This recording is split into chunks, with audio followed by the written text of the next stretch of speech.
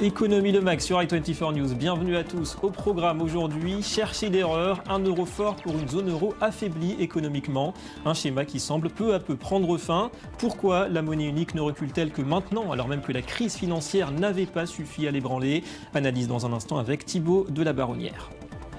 Voilà, l'euro qui est encore descendu ce jeudi après l'annonce par le patron de la BCE, Mario Draghi, du maintien du taux directeur à son plus bas historique, 0,05%. Avec nous pour en parler, Thibaut de la Baronnière, analyste économique. Bonjour Thibaut. Bonjour David. Alors d'abord, de quoi on parle? Est-ce que c'est l'euro qui s'affaisse ou bien le dollar qui se renforce? Parce que finalement, c'est aussi ça qu'on constate par rapport aux autres devises.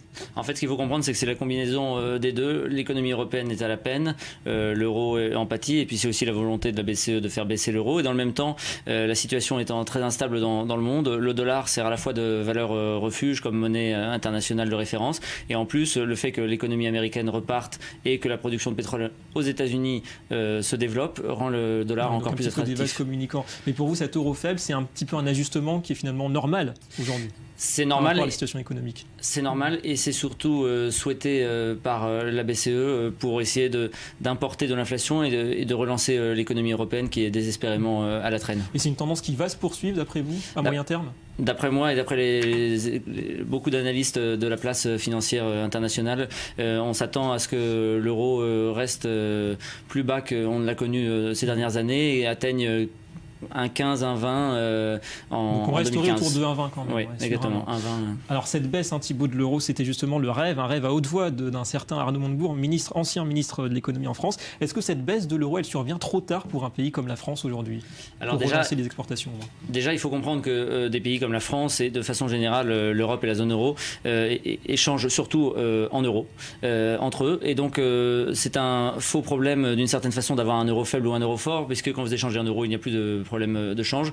Ce qu'il faut surtout comprendre, c'est que la France a depuis des décennies un positionnement en termes de compétitivité internationale qui est un positionnement prix, alors que par exemple un pays comme l'Allemagne, qui lui est plutôt partisan d'un euro fort, est un positionnement produit, c'est-à-dire qualité.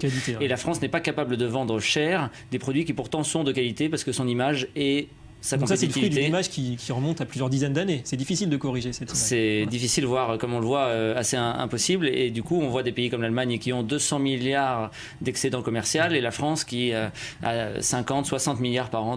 Et pourquoi l'Allemagne, justement, refuse toujours par tous les moyens une baisse de l'euro? C'est vraiment pour ça, pour pouvoir écouler ses produits avec de la qualité? Pas seulement. Il y a aussi, encore une fois, l'histoire qui joue. L'Allemagne, c'est un pays qui a une peur terrible de l'inflation. Et qui dit monnaie faible, dit risque d'inflation importer, et avoir une monnaie forte, c'est contrôler ce risque. Alors justement, est-ce qu'une monnaie faible aujourd'hui, est-ce que c'est vraiment adapté à une région comme la zone euro? On sait que la facture énergétique pèse beaucoup sur ce continent. Est-ce qu'aujourd'hui, finalement, c'était pas plus mal de garder un euro fort pour limiter cette facture? Je pense que dans la situation dans laquelle est l'Europe, et en prenant en compte la conjoncture mondiale, il y a deux points qui sont importants. L'Europe est encore court durablement le risque d'une déflation, et la déflation, c'est la pire des situations économiques pour un pays. Ça fait 20 ans que le Japon s'en sort, et il est plus important de relancer l'économie que de rétablir la balance commerciale.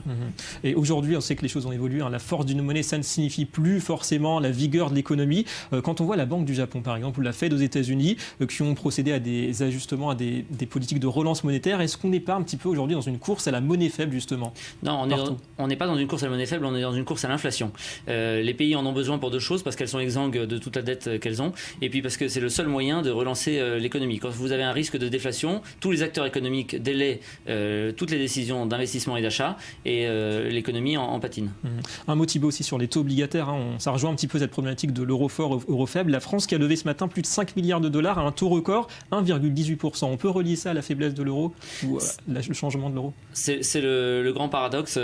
La France a une situation économique très compliquée, mais reste un pays attractif parce que ses actifs sont sûrs, et c'est une économie solide avec une base de population importante. Merci beaucoup Thibaut de la Baronnière pour ces explications.